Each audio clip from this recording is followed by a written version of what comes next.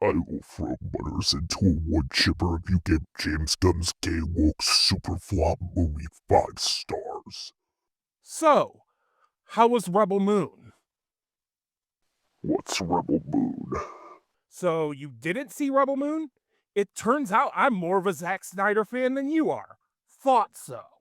You only want to see Superman, Batman murder people because you're too ashamed to admit that you like to read comic books and not support the work of a man you claim to love.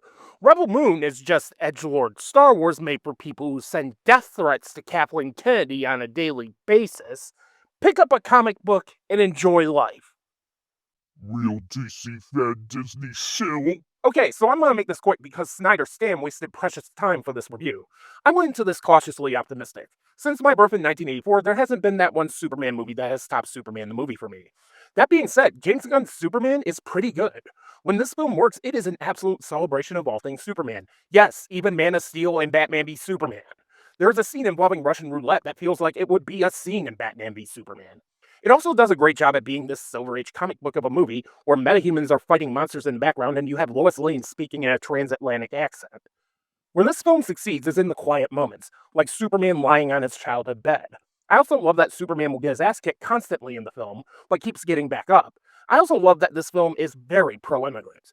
The character work in this film is excellent. David Corn Sweat does a great job balancing both Clark Kent and Superman while doing his own thing with the character. Rachel Brosnahan, and for me, is the quintessential modern Lois Lane. I like that she's actually proactive in this film and drives the narrative. Nicholas Hoult is having a blast as Lex Luthor, who is basically an amalgamation of Donald Trump and Elon Musk. I really loved Anthony Kerrigan as Metamorpho, and now I want to get a Superman cape for my parents' puppy. But where Superman fails is when it can't seem to find its identity. I got so fucking sick and tired of James Gunn pushing the John Williams nostalgia bait button every time he needed to bring emotion out of a scene.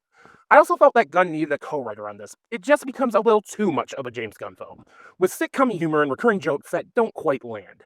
You can tell he is stretched thin, both with writing and directing this film while running DC Studios. He needed this to be a statement that says, I can do more than make Guardians of the Galaxy 10 times over. And he just makes Guardians of the Suicide Commandos featuring Superman.